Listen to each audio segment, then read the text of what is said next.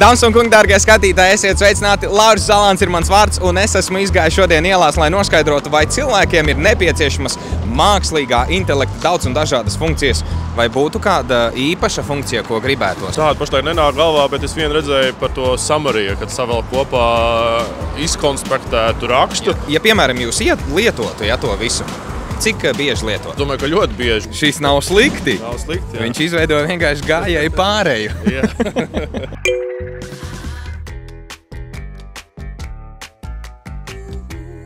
Jums ir Samsungs? Jā, protams, man ir Samsungs. Būtu tāda nepieciešamība, piemēram, ar mākslīgā intelekta palīdzību rediģēt bildes. Jā, tas īstenībā būtu ļoti forši. AI generatoru. Brīnums. Jā. Ko jums varbūt gribētos, lai ir iekšā jūsu telefonā ar mākslīgo intelektu? Ko varētu sasaistīt? Viņš varētu tā kā uztaisīt, piemēram, kādus editus, es nezinu, kā video vai kaut ko.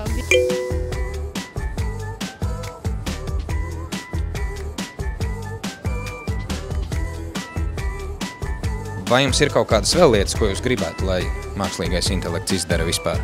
Vairāk predikšanas precīzākus un vairāk internetā, lai velk informāciju ārā no dziļākām vidēm.